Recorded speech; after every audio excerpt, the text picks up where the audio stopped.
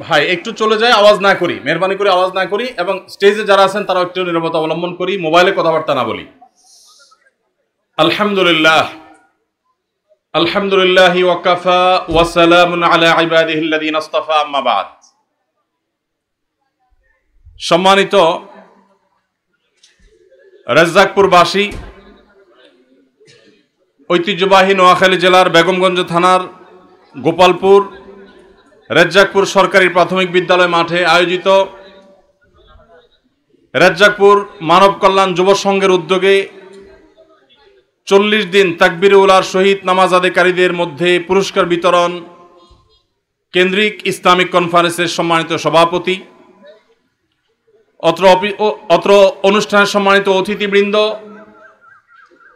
এবং দূর দূরান্ত থেকে আগত এবং অত্র এলাকার আমার প্রাণপ্রিয় দিনদরদি ভাইয়েরা, বিশেষ করে ওয়াজিবুল ইহতেরাম বিভিন্ন মসজিদের দায়িত্বরত সম্মানিত উলামা একরাম, খতিব সাহেববৃন্দ এবং আমার প্রাণপ্রিয় তরুণ বন্ধুরা, আজকের এই অনুষ্ঠানটি নানা কারণে ব্যতিক্রম এবং সম্পূর্ণ অন্য 10টি অনুষ্ঠানের চাইতে ভিন্নতর। আজকের এই অনুষ্ঠানটি গতানুগতিক কোনো ওয়াজ মাহফিলের অনুষ্ঠান নয়। আমরা দেখতে পাচ্ছি মূলত আমরা 40 দিন তাকবীরে উলার সাথে, অর্থাৎ নামাজের একেবারে শুরু থেকে ইমাম সাহেবের সাথে জামাতে যারা শামিল হতে পেরেছে,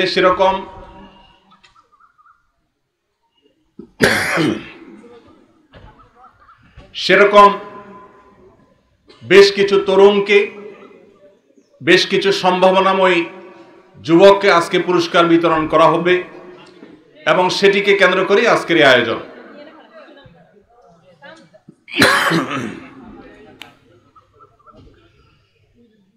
চল্লিশ দিন টানা তাকবীরে উলার সাথে নামাজের শুরু থেকে শেষ পর্যন্ত শামিল হতে পারা, এটা অনেক বড় একটা সৌভাগ্যের ব্যাপার।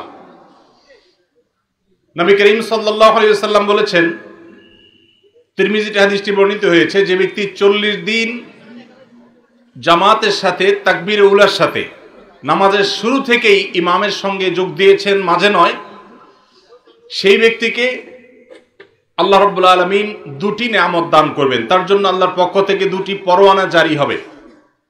তার একটা হলো বারাআতুম মিনান নিফাক, এই ব্যক্তির মুনাফিকি থেকে মুক্তির ঘোষণা দেওয়া হবে, যে এই ব্যক্তির মধ্যে কপটতা নেই, সে খালেস এবং সচ্চা মুমিন, তার ইমানের ভিতরে কোনো ভেজাল নেই। এই পরোয়ানা সে আল্লাহর পক্ষ থেকে লাভ করবে। আর আরেকটি পরোয়ানা আল্লাহর পক্ষ থেকে লাভ করবে, তা হলো বারাআতুম মিনান নার, অর্থাৎ জাহান্নাম থেকে মুক্তির পরোয়ানা।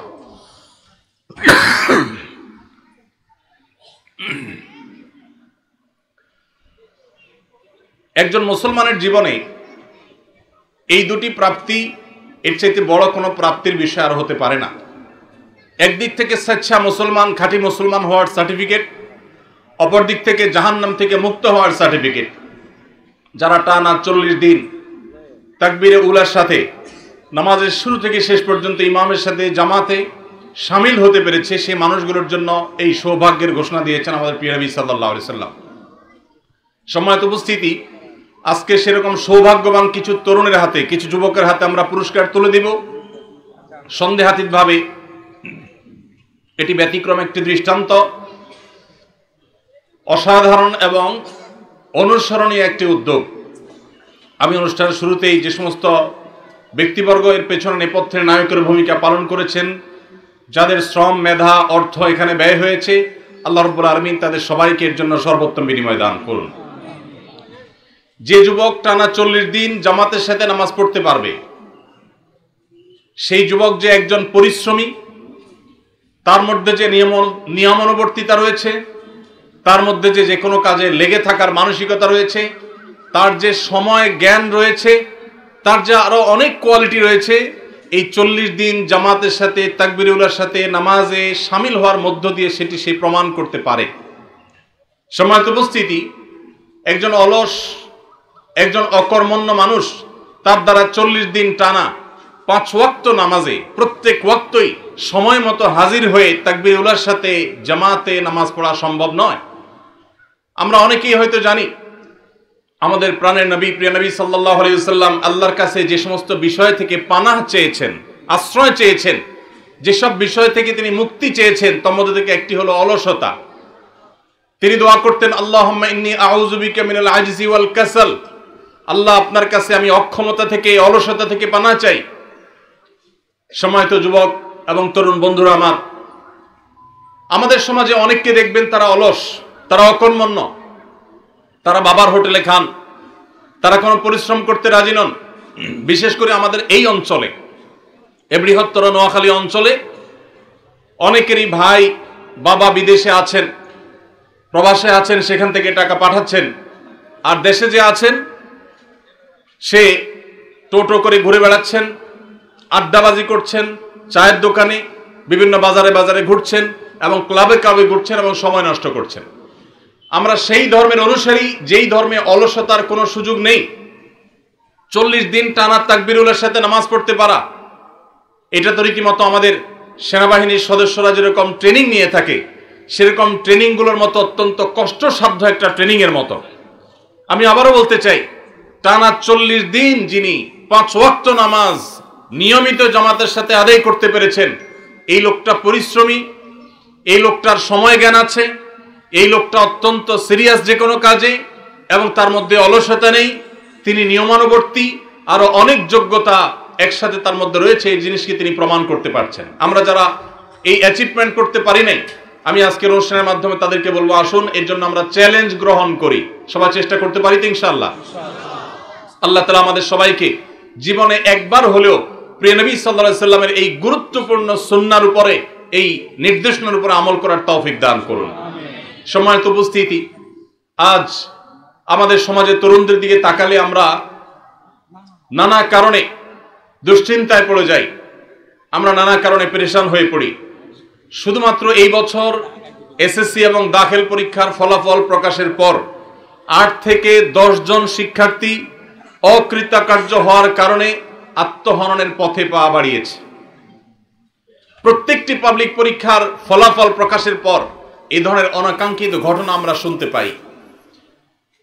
আমাদের মধ্যে যারা বয়সে তরুণ, সে সমস্ত তরুণ এবং যুবক বন্ধুদেরকে বলতে চাই, মা বাবা একটি সন্তানকে তিল তিল করে কিভাবে গড়ে তোলেন, কিভাবে তাদেরকে মানুষের মতো মানুষ করেন, তার জন্য তাদের কত শ্রম, কত মেধা, কত ভালোবাসা, কত তাদের অবদান এর পেছনে তাদের থাকে, সেটি আমরা অনেকে বুঝতে পারি না। আর যার কারণে আমরা সামান্য একটু দুশ্চিন্তায়, সামান্য একটু বিপদে আমরা আত্মহননের পথে পা বাড়াই। অথচ আমরা জানি ইসলাম যে সমস্ত বিষয়গুলোকে মহাপাপ হিসাবে, সবচেয়ে বড় অপরাধ হিসাবে গণ্য করেছে, সেই বড় অপরাধগুলোর মধ্যে থেকে একটা হলো আত্মহত্যা। আত্মহত্যা কেন মহাপাপ? কারণ একজন মানুষ আত্মহত্যা তখনই করে যখন সে সকল আশা ছেড়ে দেয়। একজন ইমানদার, তিনি কখনো নিরাশ হওয়ার কোনো সুযোগ নেই।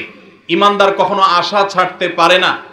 সমস্ত দুয়ার বন্ধ হয়ে গেলেও, সকল পথ বন্ধ হয়ে গেলেও, আমার দেয়ালে পিঠ ঠেকে গেলেও আল্লাহ রাব্বুল আলামিন ওই জায়গা থেকে আমাকে ব্যাক করাতে পারেন কি পারেন না?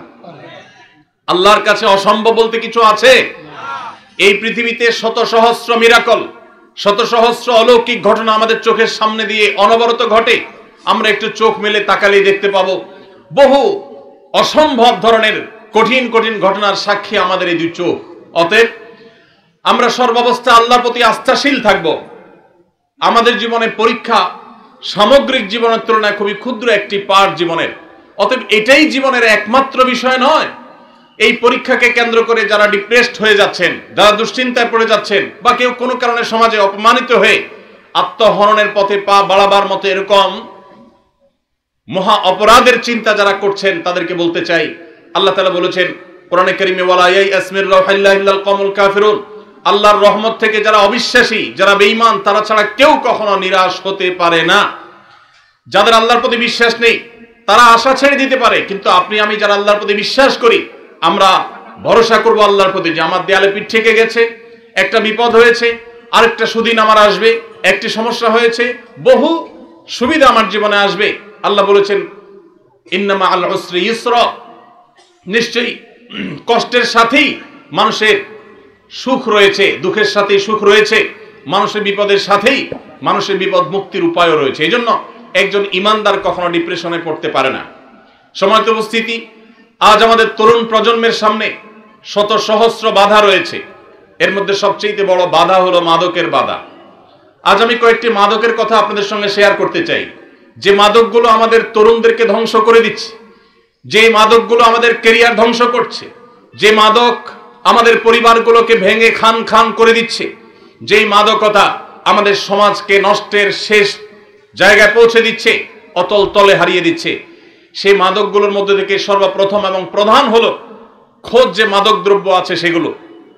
আজ মাদক দ্রব্য আমাদের অনেক ভালো এবং সম্ভ্রান্ত পরিবারের ছেলেদেরকে মেয়েদেরকে ধ্বংসের দ্বার প্রান্তে নিয়ে যাচ্ছে। বহু বাবা মায়ের চোখের পানি পড়ছে, বহু সন্তানের জীবন ধ্বংস হচ্ছে। কিন্তু এর শুরু যখন হয় তখন আমরা অনেকে টের পাই না। বিশেষ করে যারা বয়সে তরুণ তাদেরকে বলতে চাই, কেন ইসলাম বলেছে অসৎ সঙ্গে সর্বনাশ? কেন আল্লাহ সুবহানাহু ওয়া তাআলা কোরআনে নির্দেশ করেছেন, ইয়া আইয়ুহাল্লাযীনা আমানুত্তাকুল্লাহ ওয়া কুনু মা'আস সাদিকিন, হে ঈমানদারেরা, হে মুসলিম সদস্যরা, তোমরা সব সময় আল্লাহর তাকওয়া অবলম্বন করবে, আর এটার জন্য সত্যবাদী, ভালো, নিষ্ঠাবান এবং খালেস ভালো মানুষদের সান্নিধ্য এবং তাদের সংস্রব গ্রহণ করবে। আমরা যারা বয়সে তরুণ, আমরা লক্ষ্য রাখবো আমরা কাদের সাথে মিশছি। আমি যাকে বন্ধু হিসাবে গ্রহণ করছি, আমি যার সাথে মিশছি, যার সাথে উঠা বসা করছি, সে ভালো মানুষ কিনা, সে ভালো মুসলিম কিনা, সে 5 ওয়াক্ত নামাজ পড়ে কিনা। যিনি 5 ওয়াক্ত নামাজ পড়েন তার দ্বারা কখনো মাদক আসক্ত হওয়া সম্ভব নয়। পৃথিবীতে যত খুনি পাবেন, সমস্ত খুনিদের প্রায় সবাই কোনো না কোনো ভাবে মাদকের সাথে সম্পৃক্ত। যত অপরাধী পাবেন তাদেরকে দেখবেন বেশিরভাগ অপরাধীরাই কোনো না কোনো ভাবে মাদকের সাথে সম্পৃক্ত।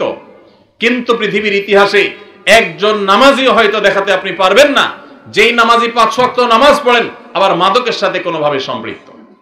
সম্মানিত উপস্থিতি, আজ সেজন্য আমাদেরকে দীপ্ত কণ্ঠে শপথ করতে হবে, আমরা মুসলিম হিসাবে ইসলামটাকে প্র্যাকটিস করব। এর জন্য কোনো প্রকার হেজিটেশন আমাদের হবে না, হীনমন্যতে আমরা ভুগবো না। আমরা সেই ইসলামের অনুসারী যে ইসলামে আমাদের সমস্ত সমস্যার সমাধান আছে। আজকে আমাদের আইন শৃঙ্খলা রক্ষাকারী বাহিনী, তারা কিশোর গ্যাং এটা মোকাবেলা করতে গিয়ে হিমশিম খেতে হচ্ছে। আজকে মাদক নিয়ন্ত্রণ করতে পারছে না, নানামুখী অপরাধ আমাদের সমাজকে ধ্বংস করে দিচ্ছে।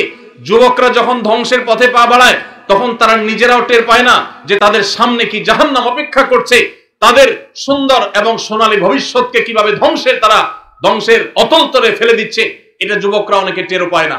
সময়ত উপস্থিতি, এজন্য আমাদের মাদকের ভয়াবহতা থেকে, এর করাল গ্রাস থেকে বাঁচতে হলে সর্বপ্রথম যে বিষয়টি আমাদের মাথায় রাখতে হবে তা হলো কখনো অসৎ সঙ্গ অবলম্বন করা চলবে না। সব সময় নামাজি, দিনদার, আল্লাহর সঙ্গীকে সঙ্গী হিসাবে গ্রহণ করতে হবে। মনে রাখবেন, কেউ জীবনে প্রথম মাদকের যে সমস্ত ট্যাবলেটগুলো আছে, যে সমস্ত সিরাপগুলো আছে, এগুলো সেবন করা শুরু করে দেয় না, এগুলো প্রথমে শুরু করে না। মাদকের শুরু হয় সাধারণত একেবারে শুরু হয়ে থাকে অসৎ সঙ্গী, খারাপ বন্ধু, তাদের সাথে আড্ডাবাজির মধ্য দিয়ে। এরপরে মাদকের দ্বিতীয় ধাপে এসে ধূমপায়ী বন্ধুদের পালায় পড়ে ধূমপান করে, এটা হলো মাদকের দ্বিতীয় ধাপ। মাদকের তৃতীয় ধাপে মানুষ একটা পর্যায়ে গিয়ে মাদক দ্রব্যের দিকে হাত বাড়িয়ে ফেলে। অতএব আমরা প্রথম থেকে যেন বাদ দেই, ইসলাম সেই শিক্ষা দিয়েছে। দেখুন, ইসলাম বলেছে লা তাকরাবুজ জিনা, তোমরা ব্যভিচারের কাছেও যেও না। একজন নারী তিনি সম্মানিতা, একজন নারী তিনি মা, তিনি বোন, নারীকে সম্মান করতে হবে। সেজন্য নারী কোনোভাবে যৌন নিগ্রহের শিকার যেন না হয়। আল্লাহ তাআলা আমাদেরকে বলেছেন ওয়ালা তাকরাবুজ জিনা, তোমরা জেনার কাছেও যেও না। কেন আল্লাহ বলেছেন জেনার কাছেও যেও না? কারণ আল্লাহ জানেন জেনা, ব্যভিচার এমন অপরাধ, এগুলো সরাসরি কেউ লিপ্ত হয় না, কাছাকাছি যায়, তারপরে মানুষ সেই অপরাধে লিপ্ত হয়। অতএব জেনার কাছেও যেতে আল্লাহ তাআলা নিষেধ করেছেন, তার মানে আগে থেকে বাদ দিতে বলেছেন। আপনি কোন অপরাধ এর দিকে পা বাড়াতে পারেন, কোন অপরাধের দিকে আপনি ধাবিত হতে পারেন, তার পথগুলো আগে থেকে রুদ্ধ করা এবং বন্ধ করার নির্দেশ কিন্তু ইসলাম দিয়েছে। সম্মানিত উপস্থিতি, এজন্য সমস্ত অপরাধ এগুলো আগে থেকে বন্ধ করার, আগে থেকে সেগুলোর দ্বারগুলোকে বন্ধ করার নির্দেশনা ইসলাম দিয়েছে। আপনি দেখবেন আজ এই ভোগবাদী সমাজে একদিকে বিজ্ঞাপনী বিলবোর্ডে, একদিকে সংবাদের মাধ্যম নামে, একদিকে বিনোদনের নামে, শিক্ষার নামে, নানা নামে আমাদের যুবকদেরকে ব্যভিচারের পথে প্ররোচিত করা হচ্ছে, তাদেরকে উদ্বুদ্ধ করা হচ্ছে, তাদেরকে নানাভাবে উস্কে দেওয়া হচ্ছে, তাদের চরিত্রকে তারা ঠিক যেন রাখতে না পারে সেভাবে নানাভাবে আজ সংস্কৃতির নামে, বিনোদনের নামে, নাটকের নামে, সিনেমার নামে, বিজ্ঞাপনের নামে, প্রচারের নামে, নিউজের নামে, নানা নামে আজ সেখানে নারীকে উপস্থাপন করা হচ্ছে, যার কারণে যুবকরা বিপদগামী হয়ে যাচ্ছে, ধ্বংসের অতল তলে হারিয়ে যাচ্ছে। আর এই জন্য সমস্ত অপরাধের ব্যাপারে ইসলামের মূল নীতি হলো যে আগে থেকে বাদ দেওয়া। যে অপরাধে আমি পতিত হতে পারি আগে থেকে সাবধান থাকা। আপনি যদি কোনো খারাপ সঙ্গীর সংস্রবে যান তাহলে আপনি একসময় মাদক আসক্ত হবেন, আপনি একসময় খুনি হতে পারেন, আপনি একসময় সন্ত্রাসী হতে পারেন। ভাইরা আমার, আমাদের এই প্রিয় স্বদেশকে, প্রিয় মাতৃভূমিকে, এই সোনালী দেশকে যদি আমাদের সাজাতে হয়, মুসলিম হিসাবে মুসলমানের মুখকে যদি উজ্জ্বল করতে হয়, তাহলে আমাদের যুব সমাজকে ঘুরে দাঁড়াবার কোনো বিকল্প পথ খোলা নেই। যুবক ভাইরা, আপনাদেরকেই শপথ করতে হবে, মাদকের বিরুদ্ধে দাঁড়াতে হবে। মনে রাখবেন, মাদক মানুষের বিবেককে ধ্বংস করে দেয়। মানুষের বিবেক লোপ পেয়ে যায় মাদক আসক্তির মাধ্যমে, মাদক সেবনের মাধ্যমে। বিবেক হলো আল্লাহ তাআলার সবচেয়ে বড় নিয়ামত। যেই দ্রব্য গ্রহণ করার মাধ্যমে মানুষ অস্বাভাবিক হয়ে যায়, মানুষ পাগল হয়ে যায়, মানুষ বিকৃত মস্তিষ্ক হয়ে যায়, মানুষের স্বাভাবিকত্ব থাকে না, সেটা কখনো সুখাদ্য, সেটা কখনো সুপানীয় হতে পারে না, সেটা কোনো আদর্শ খাবার বা পানীয় হতে পারে না। কোরআনে আল্লাহ রাব্বুল আলামিন বারবার সাবধান করেছেন, কারণ মানব জাতির ধ্বংসের জিনিসগুলো সম্পর্কে আল্লাহ তাআলা আমাদেরকে সাবধান করেছেন। আল্লাহ তাআলা আমাদের প্রতি দয়ালু। ভাইরা আমার, গোটা পৃথিবীতে যত মানুষ দেখবেন, এর মধ্যে যারাই মাদকের সাথে কোনো না কোনোভাবে ইনভলভ হয়েছেন এবং মাদক আসক্ত হয়েছেন এবং মাদকে ইউজ টু হয়ে গেছেন, এই মানুষগুলো তারা নিজেদের বিপদের কারণ হয়েছে, তারা সমাজের বিপদের কারণ হয়েছে, তারা ধ্বংস টেনে এনেছে নিজের এবং পরিবারের এবং দেশের এবং মানব সভ্যতার ধ্বংস তারা টেনে এনেছে। ইসলাম এমনিতে নিষেধ করেনি। ভাইরা আমার, আপনারা জানেন যে মাদক যারা গ্রহণ করে এদের বডিতে ইমিউন সিস্টেম উইক হয়ে যায়, দুর্বল হয়ে পড়ে। যারা মাদক আসক্ত থাকে তাদের শরীরে রোগ প্রতিরোধ ক্ষমতা কমে যায়, দুর্বল হয়ে যায়। আমি শুধু একটা ছোট এক্সাম্পল আপনাদেরকে দিতে চাই। এই যে কোভিড-19 হলো, আপনারা দেখেছেন আমেরিকার মতো দেশ, ইটালির মতো দেশ, উন্নত বিভিন্ন দেশগুলো তারা রীতিমতো এই কোভিড-19 এর আঘাতে পর্যুদস্ত হয়ে পড়েছে, তাদের সিস্টেম মুখ থুবড়ে পড়েছে।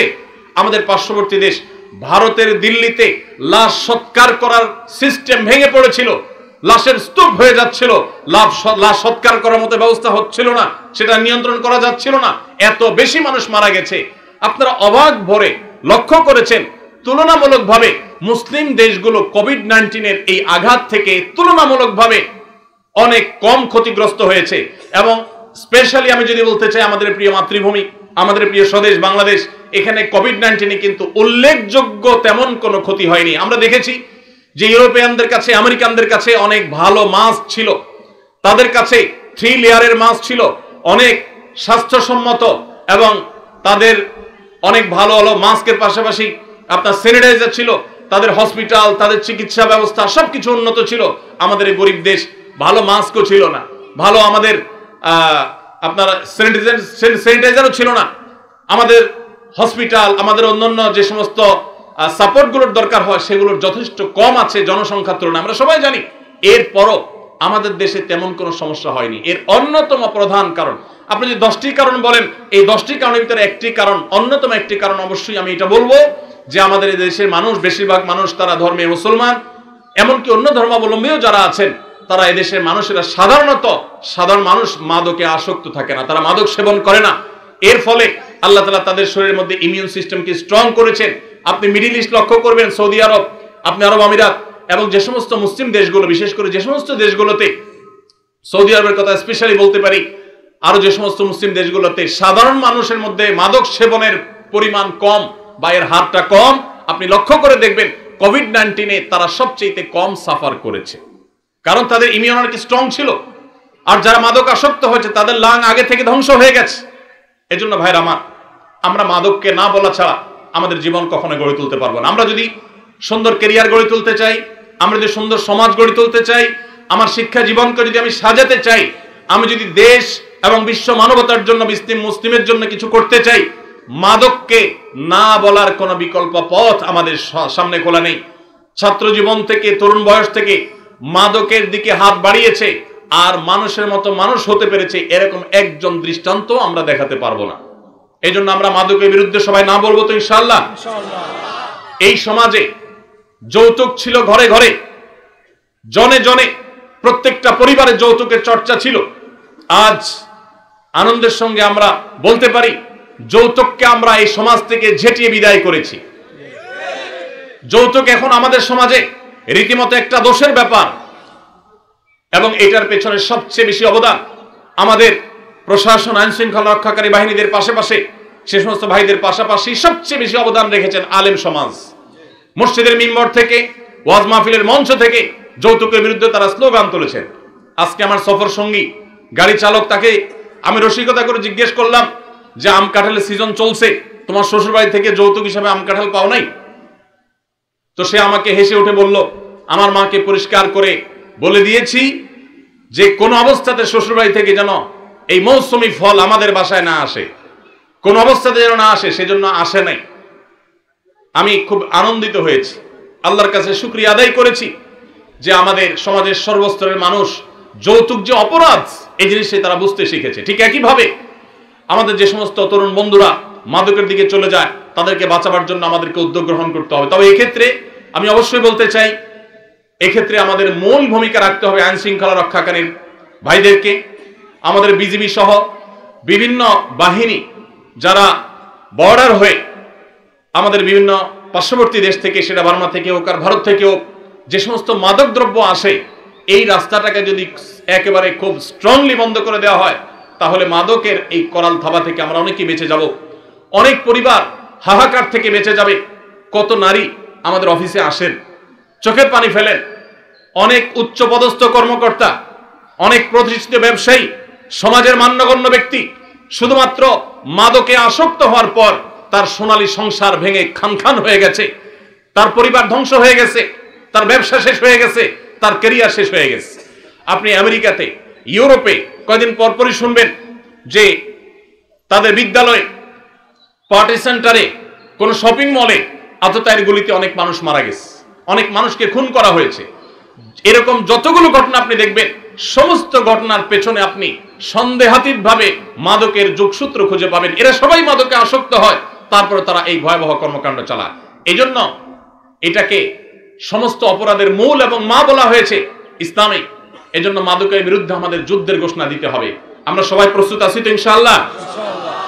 আল্লাহ আমাদের যাদেরকে নিরাপদ রেখেছে, বিশেষ করে আমি তরুণ বন্ধুদেরকে বলতে চাই, আপনাদেরকে শপথ করতে হবে যে আমি কোনো খারাপ বন্ধুর পালায় পড়বো না, আমি কোনো খারাপ বন্ধুর সাথে চলবো না।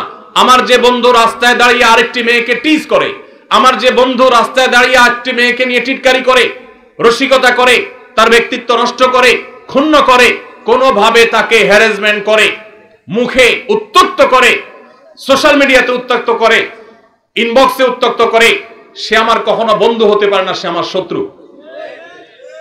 এই বন্ধুকে যদি আপনি বন্ধু হিসেবে গ্রহণ করেন, মনে রাখবেন কোরআনে কারিমে আল্লাহ তাআলা বলেছেন কিয়ামতের ময়দানে মানুষ হাত কামড়াবে, ইয়াউমা ইয়াউদ্দুয যালিমু আলা ইয়াদাইহি, দুই হাত কামড়াবে মানুষ আফসোস এবং আক্ষেপে, এবং বলবে, মানুষ কেঁদে কেঁদে আফসোস করে দুই হাত কামড়াতে কামড়াতে বলবে যে লাইতানি ইত্তাখাযতু মা'আর রাসূলি সাবিলা, আক্ষেপ, যদি আমি রাসূলের কথা শুনতাম, আমি যদি রাসূলের পথ গ্রহণ করতাম, আমি যদি অমুক বন্ধুর বন্ধুতা, তার সঙ্গ, তার সংস্রব, এটা যদি আমি গ্রহণ না করতাম, অবলম্বন না করতাম, তাহলে আমি আজ এই বিপদগামিতার পথে, এই ধ্বংসের পথে, এই জাহান্নামের পথে আমাকে আসতে হতো না। এজন্য ভাইরা আমার, সকল ধ্বংসের মূল হলো, শুরু হলো এই অসৎসঙ্গ থেকে। আপনার স্কুলে, আপনার কলেজে, সব জায়গায় রুচিবান বন্ধুদেরকে আপনি গ্রহণ করবেন। রুচিবান, যে সমস্ত বন্ধু অন্য মেয়েকে দেখে টিজ করে, তাদের ছবি দেখে বাজে কল্পনা জল্পনা করে, মন্তব্য করে, অশ্লীল উক্তি করে, সেটা বিভিন্ন ভাবে হোক, তাকে হ্যারাসমেন্ট করে হোক, তার অগোচরে হোক, যেভাবেই হোক না কেন, এই বন্ধু আপনাকে এড়িয়ে চলতে হবে। এই বন্ধুই আপনাকে মাদকের দিকে নিয়ে যাবে, আপনি টেরও পাবেন না। যারা মাদকে আসক্ত হয়, কেউ ইচ্ছাকৃত জেনে শুনে, এর পরিণাম জেনে ঠান্ডা মাথায় একজন মানুষ মাদকে আসক্ত হয় না। মাদকের পথে পা বাড়াবার শুরুতে যে ধ্বংসটা হয়ে যায়, এটা বুঝতে তার অনেক সময় লাগে, ততক্ষণে আর ফেরার সুযোগ থাকে না।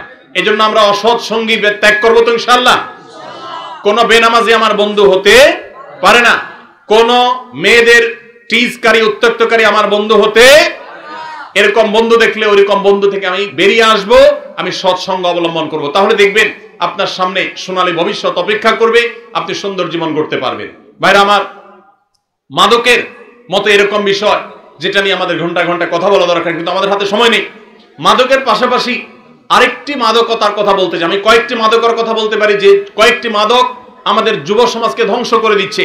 এর মধ্যে একটা হলো মাদক দ্রব্য, যেটা বিভিন্নভাবে আমাদের শরীরে অনেকে গ্রহণ করে থাকেন। আর দ্বিতীয় মাদক হলো মোবাইলের মাদক, স্মার্টফোনের মাদক। আমাদের তরুণদেরকে ধ্বংস করছে এই মাদক। আমি প্রায় বলার চেষ্টা করি, দেখুন দুনিয়াতে এই মোবাইলের ভার বহন করা যত সহজ, কিয়ামতের ময়দানে এর দায়ভার বহন করা এত সহজ হবে না। এই মোবাইল থেকে আপনি যত অপকর্ম করতে পারেন, আজকের পৃথিবীতে অন্য কোন ডিভাইস থেকে এত বেশি অপকর্ম করা সম্ভব নয়। মোবাইল যদি কারোর নিয়ন্ত্রণহীন ব্যবহার করেন, কারোর যদি মোবাইল ব্যবহারে ন্যূনতম মাত্রা জ্ঞান না থাকে, মনে রাখবেন এর দ্বারা জীবনে কোনো কিছুই সম্ভব নয়। ভাইরা আমার, আমরা বিশেষ করে সোশ্যাল মিডিয়াতে অনেক বেশি আসক্ত। আমি আমার কথা আপনাদেরকে শেয়ার করতে চাই। আমার এই সেটে ফেসবুক বা ইউটিউবের কোনো অ্যাপ নেই। আপনারা জানেন আমার একটা ভেরিফাইড ফেসবুক পেজ আছে, আমার ভেরিফাইড ইউটিউব চ্যানেল আছে, আমার ফাউন্ডেশনের কার্যক্রম সোশ্যাল মিডিয়ার মাধ্যমে আমি পরিচালনা করতে হয়, কিন্তু মোবাইলে আমি সেগুলো করি না। কেন? কারণ মোবাইলে যদি সোশ্যাল মিডিয়ার অ্যাপগুলো থাকে, তখন প্রয়োজনে অপ্রয়োজনে ব্যবহার করা হয়, সময়ের অপচয় হয়। আমাদের জীবনটা অনেক দামি, অনেক মূল্যবান। এই যৌবন বয়সে আমাদের সমাজকে, আমাদের পরিবারকে, বিশ্ব মানবতাকে, মুসলিম জাতিকে অনেক কিছু দেওয়ার সুযোগ আছে, কিন্তু এই মোবাইল ফোনের আসক্তি আমার সবকিছুকে ধ্বংস করে দিচ্ছে। অতএব এটাকে নিয়ন্ত্রণ করার চেষ্টা করতে হবে। মনে রাখবেন, মোবাইল ফোনে আসক্ত কোনো মানুষ দ্বারা জীবনে বড় কোনো কাজ করা সম্ভব নয়। আমি বাংলাদেশের প্রথম সারির একটা ব্যবসা প্রতিষ্ঠান, 1, 2, 3 হবে, 1, 2, 3 এর মধ্যে থাকবে, এরকম একটা ব্যবসা প্রতিষ্ঠানের মালিকের সাথে, মালিক পক্ষের সাথে একটা মিট ছিল আমার। সে মিটিংয়ে আমাকে যিনি পরিচয় করা দিচ্ছেন, তিনি পরিচয় করাতে গিয়ে বলেছেন যে হুজুরের অনেক বক্তব্য সোশ্যাল মিডিয়াতে আছে ইত্যাদি ইত্যাদি। তখন ওই ভদ্রলোক তিনি বললেন যে সরি, আমি ওনাকে চিনতে পারি নাই। তো আমাকে যখন উনি চিনে নাই, স্বাভাবিকভাবে আমার কাছে একটু খারাপ লাগার কাজ করছে। লোকটা আমাকে চিনলো না, প্রথম সারির ব্যবসায়ী, আর আমাকে চিনলো না, তার মানে তার সোশ্যাল মিডিয়াতে কোনো বিচরণ নাই। তখন উনি সাথে সাথেই নিশ্চিত করলেন যে ভাই, সত্যি বলতে আমার ফেসবুক বা ইউটিউবে কখনো ঢোকার সুযোগ হয় না, এবং এই অ্যাপগুলোই মোবাইলে নাই। তার এই কথা শোনার পর আমার আবার ওই যেটুকু কষ্ট হয়েছে সেটুকু ভালো লাগায় পরিণত হয়ে গেছে এবং রূপান্তর হয়ে গেছে। কোন প্রতিষ্ঠিত মানুষ যার দ্বারা বড় কিছু করা সম্ভব হয়েছে, মোবাইলে আসক্ত ছিল সে, এটা কোনোদিনই সম্ভব নয়।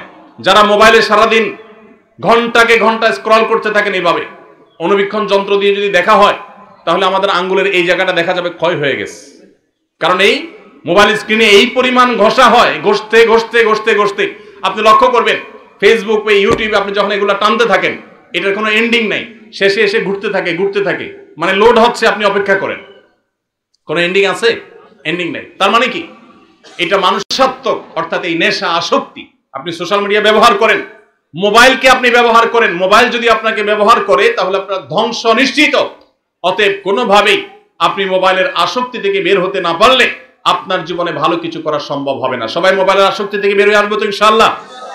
এই জন্য প্রথমত যারা ছাত্র মানুষ, তারা সাধারণত বাটন ফোন খুব বেশি দরকার হলে ব্যবহার করবেন, স্মার্টফোনে যাবেন না। আমি প্রায় সময় বিভিন্ন জায়গায় শেয়ার করার চেষ্টা করি। আমার 17 বছরের ছেলে আলহামদুলিল্লাহ এসএসসি পরীক্ষা দিয়েছে, হাফেজ হয়েছে, মাদ্রাসা পড়ছে। আমার এই ছেলে, তার কোনো ফোন নাই, কোচিং এ যায়, পড়তে যায়, তার কোনো ফোনের প্রয়োজন হয় না। অতি সম্প্রতি একটা বাটন ফোন তাকে দেওয়া হয়েছে সীমিত সময়ের জন্য, এবং এটাতে সে হ্যাপি। এমন না যে তার মনে কষ্ট আছে, সে নিজেই চায় না তার কোনো ফোন থাকুক, কারণ এই ফোন আমাদের সোনালী জীবনকে ধ্বংস করে দিবে। ভাইরা, আমাদের এই শক্ত সিদ্ধান্ত গ্রহণ করতে হবে, বাটন ফোনে চলে আসতে হবে। আপনি যদি 6 মাস বাটন ফোনে চলে আসতে পারেন, দেখবেন ওই আসক্তি থেকে বাঁচা আপনার জন্য সহজ হয়েছে। এবং যদি সম্ভব হয় আপনি মোবাইলটা হয় বিক্রি করে ফেলেন, না হয় জমা দেন, কিছুদিনের জন্য কষ্ট হবে, এরপর দেখবেন আপনি অত্যন্ত সুন্দর একটা জীবন যাপন করছেন। সবাই চেষ্টা করতে পারি তো ইনশাআল্লাহ। আল্লাহ তাআলা আমাদেরকে মোবাইলের মাদকতা থেকে বেঁচে থাকার তৌফিক দান করুন, সোশ্যাল মিডিয়ার মাদকতা থেকে বেঁচে থাকার তৌফিক দান করুন। ভাইরা আমার, তৃতীয় মাদকতা হলো আমাদের যৌবনের যে উচ্ছলতা। এই উচ্ছলতার ফলে অনেকে আমরা মেয়েদের প্রতি আসক্ত হয়ে তাদের সাথে অবৈধ সম্পর্কে লিপ্ত হয়ে যাই। বিশেষ করে পশ্চিমা সভ্যতার যে থাবা, এই থাবা মিডিয়ার মাধ্যমে, নাটকের মাধ্যমে, সিনেমার মাধ্যমে, নানা মাধ্যমে আমাদের সমাজে ছেয়ে গেছে, যার কারণে আমাদের তরুণদের চরিত্র ধ্বংসের দ্বারপ্রান্তে চলে গেছে। আমি আপনাদেরকে আজ উদাত্ত আহ্বান করতে চাই, আপনার চরিত্রকে আপনি হেফাজত করুন। আমাদের প্রিয় নবী সাল্লাল্লাহু আলাইহি সাল্লাম বলেছেন, যে ব্যক্তি তার দুটি অঙ্গকে হেফাজত করার, এটাকে অপাত্রে ব্যবহার না করার ব্যাপারে সংকল্প করবে আর এই দুটি অঙ্গের দায়িত্ব নিবে, নবী সাল্লাল্লাহু আলাইহি সাল্লাম বলেছেন, আমি তার জান্নাতের দায়িত্ব নিলাম। তার একটি হলো ঠোঁট, মুখ। এই মুখ দিয়ে সে কখনো মাদক গ্রহণ করবে না, মুখ দিয়ে মিথ্যা বলবে না, মুখ দিয়ে গালমন্দ করবে না, মুখ দিয়ে মন্দ কথা বলবে না, গায়ের জোর খাটাবে না, মাস্তানি খাটাবে না, গুন্ডামি করবে না, অপরাধ করবে না, বেয়াদবি করবে না, এই মুখ দিয়ে কোনো অন্যায় করবে না। এবং সে তার লজ্জাস্থানকে যদি কন্ট্রোল করতে পারে, তার ইজ্জতকে, সম্ভ্রমকে যদি সে নিয়ন্ত্রণ করতে পারে, বৈধ বিবাহের আগ পর্যন্ত সে হারাম কোন রিলেশন, অবৈধ প্রেম, অবৈধ ভালোবাসার পথে যদি সে না পা বাড়ায়, এই ব্যক্তিকে নবী করিম সাল্লাল্লাহু আলাইহি সাল্লাম জান্নাতের গ্যারান্টি নেওয়ার কথা বলেছেন। অতএব এই মাদকতা থেকেও আমাদেরকে মুক্ত হতে হবে। এটি ছাড়া আমরা কখনো আদর্শ মুসলমান হতে পারবো না। আল্লাহ তাআলা আমাদের সবাইকে সব ধরনের মাদকতা থেকে, সব ধরনের ভয়াবহ থাবা থেকে, সব ধরনের এডিকশন থেকে, সব ধরনের আসক্তি থেকে আমাদের যুব সমাজকে বেঁচে থাকার তৌফিক দান করুন। আমরা সবাই মাদক থেকে দূরে থাকার চেষ্টা করবো তো ইনশাআল্লাহ।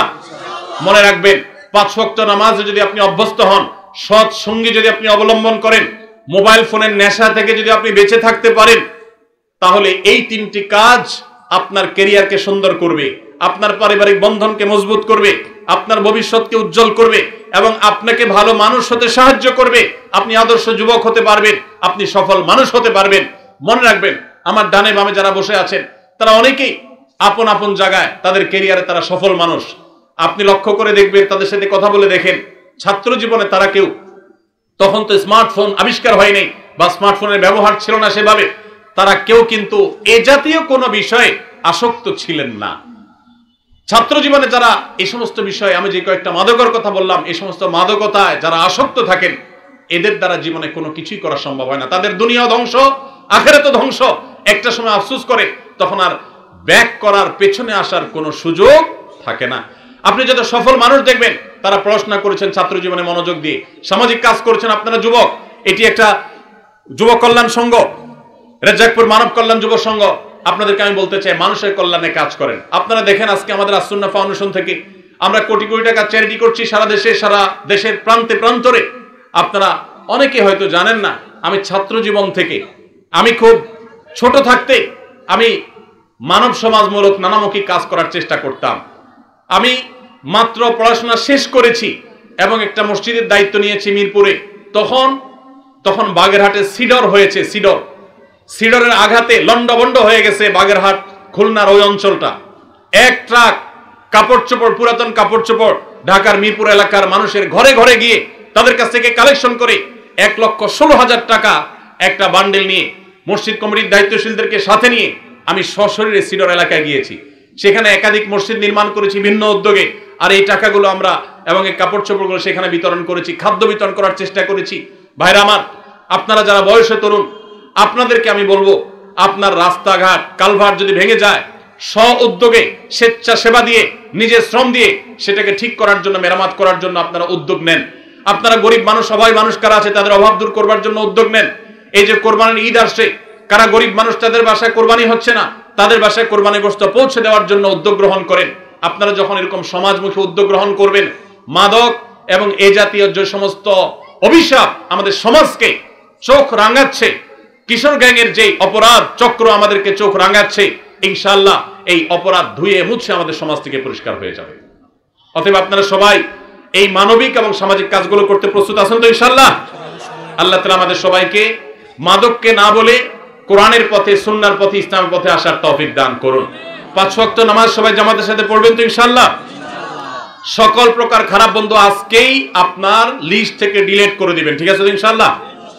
এবং তাতে যত কষ্ট হয় হোক, এক সময় দেখবেন আপনি এটার জন্য অনেক বেশি আনন্দিত হবেন। আল্লাহ তাআলা আমাদের সবাইকে আমলের তৌফিক দান করুন। আমি অত্যন্ত আনন্দিত আজকের এই ব্যতিক্রমী প্রোগ্রামে আয়োজন, এখানে অংশগ্রহণ করতে পেরে। বিশেষ করে জনাব অ্যাডভোকেট সাহেব, তিনি বারবার যোগাযোগ করেছেন, তার তরফ থেকে বারবার যোগাযোগ হয়েছে এবং অত্র এলাকার মান্যগণ্য ব্যক্তিবর্গ যারা আছেন, সফল ব্যক্তিত্ব যারা আছেন, আমি সবার কাছে কৃতজ্ঞ আমাকে এরকম একটা প্রোগ্রামে উপস্থিত হওয়ার সুযোগ করে দেওয়ার জন্য। মাগরিবের পর ইনশাআল্লাহ আমরা পুরস্কার বিতরণীতে যাব। আল্লাহ তাআলা আমাদের সবাইকে যে সমস্ত কথা শুনলাম আমল করার তৌফিক দান করুন।